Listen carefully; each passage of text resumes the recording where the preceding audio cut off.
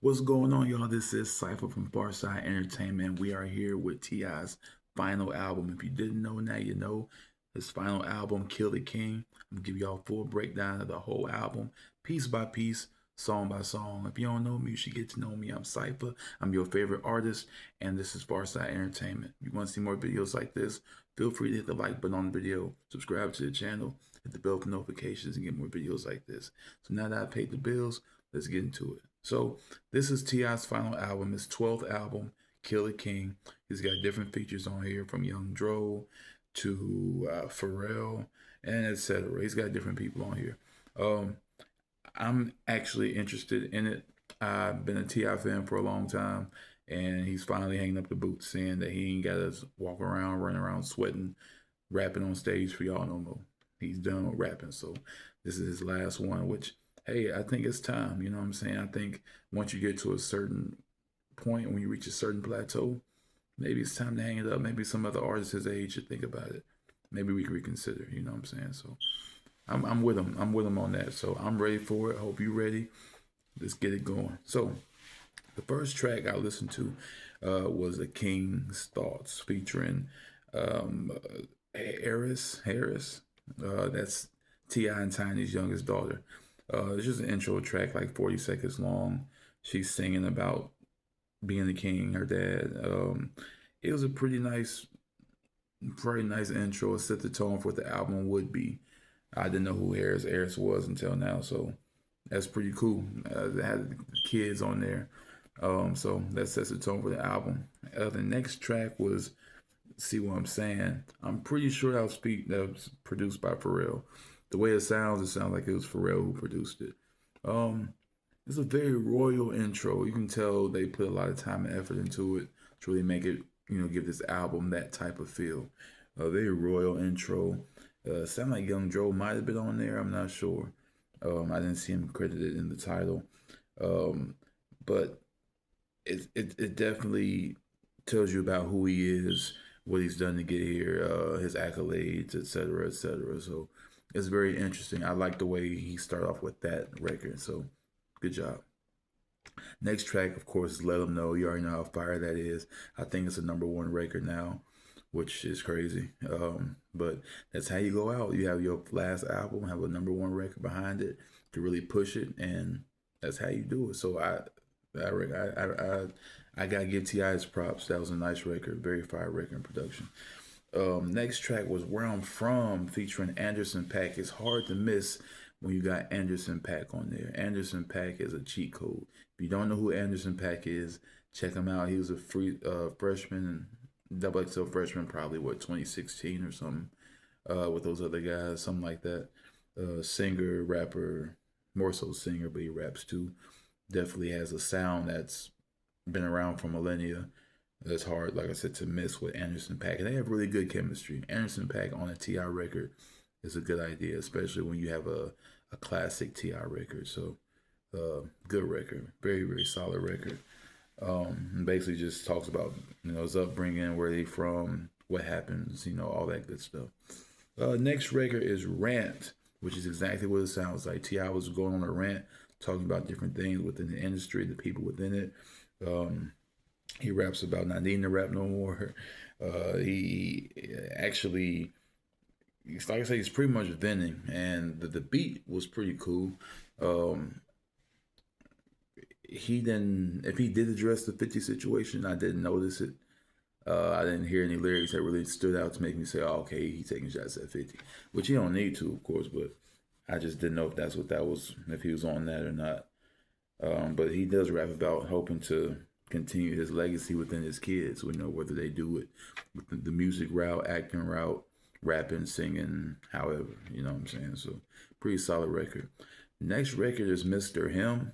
I just heard this like last week. Solid, solid summer anthem. So, solid, like melodic, uh, smooth, easy record, just really simple record that you don't need too much on. Y'all remember when Lil Wayne did Big Bad Wolf? He did a remix on the Dedication 6 or whatever. Really simple beat. He took Black Thought, not Black Thought, golly, Black Youngster's beat and he did it, and it was just a simple beat. I don't think he even had any melody. It was just a beat, but he killed it with his lyrics alone. This is how this felt. Mr. Him felt like a mid 2000s Ti record, but with like simple production, easy to listen to, easy to get through, real smooth record. Next track is How It Went featuring The Dream. It was alright. It was just a backstory on, you know what I'm saying, his success. The Dream came towards the end. It was okay record. Not too much going on there, but it was cool. Next record is Dope Boy Academy, which surprised me because it had T-Pain, Jeezy, and 2 Chainz on there, which makes you think it's gonna be like something crazy. It really wasn't that crazy. It was a faster paced record, something I wouldn't expect them to be on. I expect something more slow, some more Atlanta, some more, you know what I'm saying, like down south type. But it was refreshing hearing T-Pain on the hook. We ain't heard that in a while. But yeah, I expected a little more. I'm not gonna lie. It was just pretty much plug talk. You know what I'm saying? T-Pain was on the hook. 2 Chainz and Jeezy, they had some good verses, but overall, it was a fast-paced song. It should have been a lot slower. It didn't feel like a trap song or no Dope Boy Academy, nothing. So I don't know. It was kind of cheap, a little outdated, but yeah, it just should have been a little slower. It was a little too fast-paced. Next record was Pistol on the Dance Floor.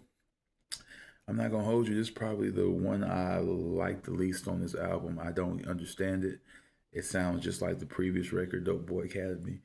I just ain't feeling it. I guess it's supposed to be a dance record. I don't know. But nah. I'm just gonna give it a nah. I didn't pass on that one. Next track, And Won't, featuring Summer Walker. I'm not the biggest fan of Summer Walker. A lot of people are, but I figure if I get a Summer Walker, I might as well get a SZA. That's just how I feel. That's just me personally. But not saying she can't sing. It's just her style. It don't really do much for me, especially within the context of the topic. It don't really hit for me like that. But even with this record, it just I don't know. It sounded like the first 2 records we just said, the Dope Boy Academy and Pistol on the Floor. I wasn't feeling it like that, But some people might, but not me. It wasn't good. Next record was Gorgeous featuring Usher. A little late, it sounded like it probably could have been some years ago, but here and now it's like, it was there. It wasn't bad. It wasn't horrible, and then it was just, and it starts off with Usher, it just teaches on. It might have to grow on you. It's one of the records where it got some good melodies, but it might have to grow on you a little bit before you can really just be like, oh, okay, this is cool. Because right now, it's kind of just there. But it's better than the last 3 records. I give you that. Kind of feels like filler, you know what I'm saying? But it's decent.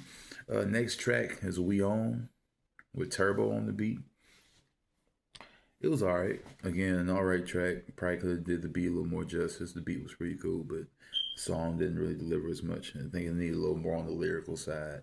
Kind of sounded again more so filler. Like I really want to use this beat, but I don't know what to talk about.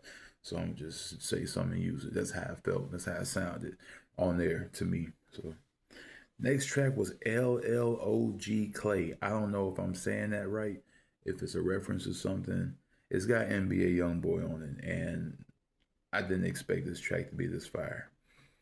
This track is one of the best tracks on this whole album, and mostly because of NBA Youngboy.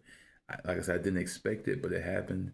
NBA started off the track, just going in, rapping, singing, floating back and forth, humming, but mostly rapping. It sounded like a troubled mind, just walking around the alley, just talking about his problems and venting. And that's the young boy I want to hear. He sounded mature on there. He sounded like he was hungry. He sounded like he knew what he was doing. Like, that's the young boy I want to hear more of. Because when I first heard Young Boy, that's what I thought I heard. And I started hearing other stuff. This is the young boy I want to hear. He did the track justice. T.I. did the track justice with his part on it. They both just collaborated so well together with it. Spitting some deep bars, solid record, nostalgic.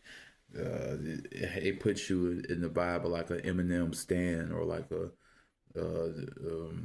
Black Kodak Black and I can't think of a name right now, but she got a record with both of them, but it's called Spar. It's her record. She's a female rapper, but it gives that type of vibe. So I wish we had more records like that. Oh, that was cool. Next track is Ego featuring OMG Girls. Now you can see that the the the layout of this album is starting to come back. It started off strong, then it got kind of weaker in the middle, but then now it's coming back full circle. And this song was actually pretty good. It's only like a minute and a half. OMG Girls did a good contribution. That beat that they was on sound like what Dope Boy Academy should have been on, and then what Dope Boy Academy was on sound like it should have been what the OMG Girls was on. But it still worked out for the OMG Girls, and it was a nice, appropriate record, nice collaboration. It made sense. It felt more like an interlude, so it was cool, and I'm glad he was able to get his again his family on there, his people, so that was cool. Next record, Trauma Bond, featuring the Marching Crimson Pipers, some type of band, I'm assuming out of Atlanta. Man, nice record, solid record. I'm not surprised he got a video for it. It's one of them records that would be perfect for like a school event, like a parade or a game, football game. It's one of them records, but very nice, solid record. I think that's one of the ones that you hear a lot and hear enough. That'll probably be your favorite record on here eventually. Or if not your favorite, then one of your favorite. But this is definitely a solid record for sure. Next record is I want to say Represent Time. It's something. Oh yeah, I represent a time. Yeah, my bad. Yeah, I represent. It's called Represent a Time, featuring Sweater or Sweeter and Young Dro.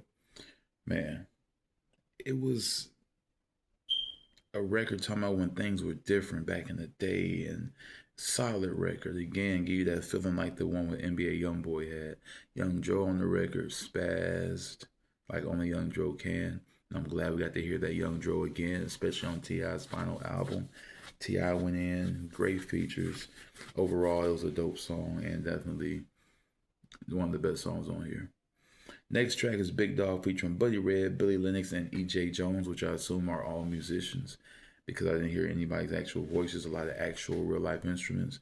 And it was a different record. It was a clout record, but it was different. Good use of the musicians if that's what they was there for. And I just really liked the layout. It was really good, really solid song, pretty cool. And the last track was Continental, which threw me off because that's like the second worst song on this album. It was just kind of there. It was just kind of a filler. You know, like, well, I got this song, so I might as well just put it on here type. That's what it felt like. But I don't know. It's just weird ending, like just another clout song, throwaway song. But that's how he ended it. That's how he ended the album and ended his career with rap. Is Continental. I don't know. Maybe I gotta listen to it again, but it was just there. But that is the entire album in its entirety, 18 tracks, all from Tip. Young Dro on there, NBA YoungBoy, OMG Girls.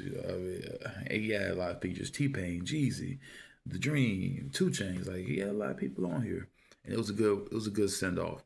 Some tracks were better than others for sure. And if I want to give this one a rating, I'd give it a solid 7.5 out of 10. For me, that's a bit above average, just because like the way I rate and score, 5 is for the project to be listenable at all. You know what I'm saying? If you can actually get through the project like from A to Z without cutting it off, that's 5. Lyricism, an extra 1 point. Having good records on there, an extra 1 point. Having replay value, an extra point. But see, the replay value is a little limited because only a few tracks out of 18 tracks has that, so I have to give it half a point, and that's how you get 7.5.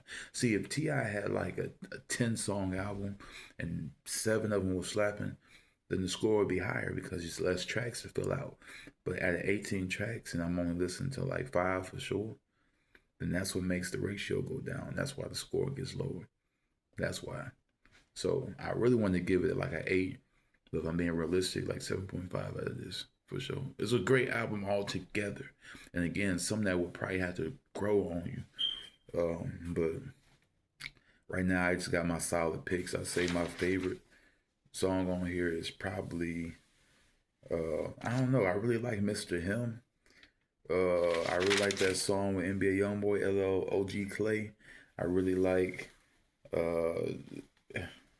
Represent a Time. It's good records on here for sure. Trauma Bond was good. Again with the band. And see what I'm saying. Those are probably the top 5 records on here, at least for me. So my top one, maybe Mr. Him, just because it's such a smooth record, so easy. It's hard to mess with it. Or LL Clay with NBA YoungBoy, because it's such a deep record and so cool and so clean cut. Either way, album is solid. Y'all should check it out. I feel like I should do this way of doing things with the albums now, because YouTube be YouTube, and you try to play an album live, you never know, your feed might cut out because it's some type of Universal Music Group wants to take it down or copyright it or whatever. So I just try to stay away from it, and I'd rather just give you a breakdown of what the album is, so when you listen to it, you know what it's talking about. And if you don't know if you want to listen to it or not, you can check out my review and be like, oh, okay, I'll check it out. One of them things. So I appreciate y'all. Thank y'all for coming through. This is Cypher from Farside TV, Farside Entertainment, all that. We out here. Y'all be careful. Y'all be smooth. Y'all be easy. And subscribe to the channel. And I'll catch you on the next one. I'm out.